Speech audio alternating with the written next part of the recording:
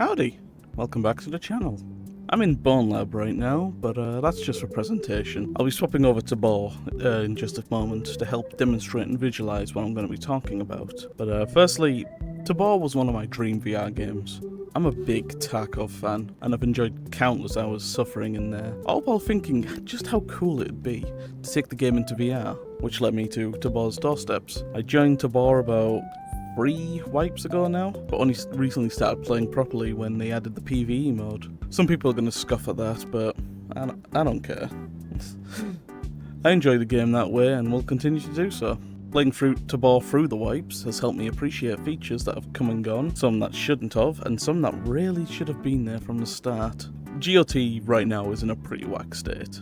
The bags are goofy, the lighting is miserable, one of the maps they kept trying to hype up is least liked, and now they're trying to hype up another map similar on their social medias. So I thought I'd put together a list of things that would change or try to improve the game.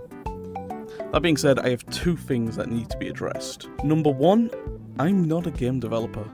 At best, I'm a college dropout, studying computer science and game design. I don't know the intricate functions and details behind the screens.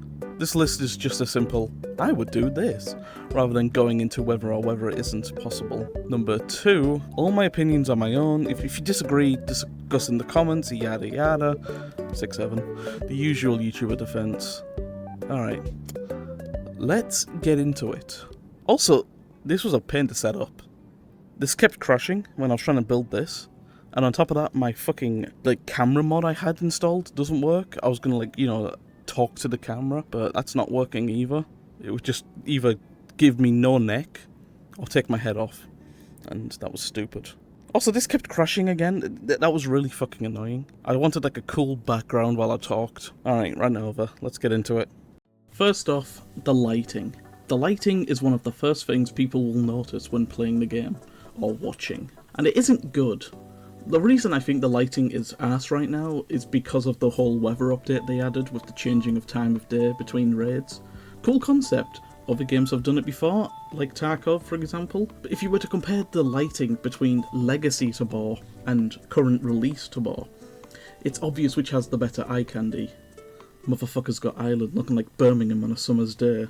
Okay, so I was using this to record for background footage, to get the lighting, and I want to talk about the examine feature. I'm wearing the wolf mask from Payday Collab. Rarity impossible to find. So that tells me you can't find this in raid. Fair enough. But I got the black box spawn, and I examine this. Impossible to find. That tells me nothing now. Can I find these? Can I find the DLC items in raid? How come I can find this if it's impossible? Make it make sense. And while I'm talking about this, it says it's armor. It doesn't say what kind of armor class it is. But it does stop a bullet. I'm not going to be shooting myself with every caliber to find out what it protects me against.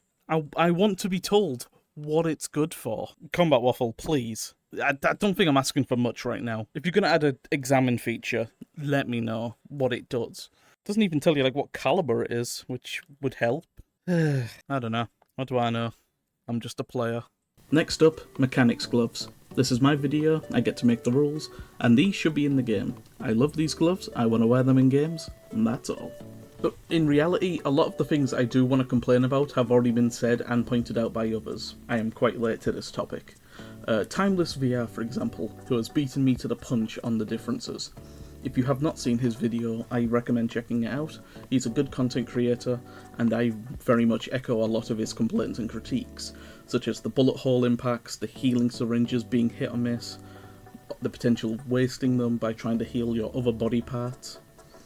I didn't want to bring these guys up as the beef between them is getting really annoying, but Exfil Zone is in the same genre, same ballpark, and their healing is so much more refined than Tabor's. To be fair, I've had moments where my syringe has disconnected while I'm healing in Exfil Zone, but it never wastes the content inside. I can just reapply and carry on. I like the redesign of the NRS over the old design personally. It feels more like cracking open an EpiPen rather than just shooting up ganja into your arm. I would add one more way of opening it up though, using your mouth to spit the safety cap off. It's useless, but it would be kinda cool, and VR is about thinking you look cool as you play games. Just look at VR chat mirror dwellers. Narcissus would be proud of them if he ever looked up. So far, all I got is rework the lighting, make the NRS work better, without wasting the insides. What else? Ah yes, bullets. In Tabor, some guns you come across have inbuilt magazines. That's fine. However, you need to load the gun one by one, bullet after bullet, shell after shell. Not a problem in other games like, say, Into the Radius 2, where you can hold more than one, or have a pouch near the gun for them for ease of access. In Tabor, you need to buy an ammo pouch, which is the equivalent of a wire drawer you have in the kitchen, pulling out bullets one by one to load them up. In reality, you should be able to pick up more than one bullet to top up a magazine or load into a gun. Exfil Zone again has done this well, but so has Hitch-Free VR, Into the Radius 2 to an extent. It also doesn't help when magazines in Raid don't spawn fully loaded, so you'll be trying to take bullets out of one mag to top off another one. Just being able to hold more than one bullet would really help Tabor. It would encourage players to use these weapons rather than just throw them away the moment they see them. Not to mention, one of the latest weapons they added, the Kar-98, suffers this same very problem. Moving off from weapons, let's move on to the bunker. Oh, and remember to secure items in the appropriate areas. Bunkers are no longer considered secure. I'm so fucking sick of hearing that cunt. The hexagon bunker was pretty tight. It was compact yet expansive, efficient too. The new bunker is big, real big, way too big for one guy to walk around. On top of that, we got the bunker fully unlocked. No progression to be done. The only progress you could do would be the crypto farm racks. A redesigned bunker is definitely needed. I know a lot of people love the hex bunker, but I think there should be a player choice when it comes to it. Since everyone has their own personal bunker, why not let us choose which one we'd want? Giving us different types of safe houses helps player expression while also being a nice touch. While we're on top of bunkers, let's go back to the upgrades and progression. Upgrades originally were as simple as a slice of bread. Level up, pay the fee, get the room. The game added a chunk of random tatting crap, junk loot to pick up and sell or trade in for quests. It would go a long way to replace the level and cash requirements with said junk items, much akin to something like Tarkov. Need a generator? Spark plugs. Lighting? Candles or lighters. Light bulbs and wires. It would add so much more to the value of loot, and players will be seeking out those loot in areas, forcing more interactions and more places to become hotspots, which last I heard in PvP, is quite preferred. Player interaction. Hey, remember the flea market? Back in old Tabor Market, there was a stairway down leading to a building titled the Tabor Flea Market. And this is an idea I've been thinking on since I saw it and got myself hyped up for. I've always said to myself and anyone who would listen that the Tabor Market should be a social hub, where both factions have agreed to a ceasefire, and you can meet up, trade with others, team up for a raid or two, or tell stories to each other at a campfire. This kind of idea stuck with me for the longest while, and then I found out they cancelled it, which stinks. Okay, here's a personal pet peeve of mine, but I'm so sick of seeing World War II weapons in extraction shooters. I get it, they're cheap, low-tier weapons, but so many extraction shooters pull them out of the woodworks, like everyone and their grandma has an SVT, Thompson, MP40. I want to see variety. It's nice to see something like the Looty, as shit as it is, in the game, but I want more. How about a high point? KSG-12? Some Detective Special 38 revolver? VHS-2? All cool weapons and full of potential. I mean shit, Xers announcing new guns, they're bringing the Ash-12. Fucking Gluhar moment, I love Reserve. Speaking of potential, how about a potential misfire? Failure to feed? A potential stovepipe? Tabor likes to claim to be a realistic shooter, but having to clear a malfunction from a gun would be quite swell. Wait, one last peeve while I'm on the topic. Can we have a replacement for the sound of eating?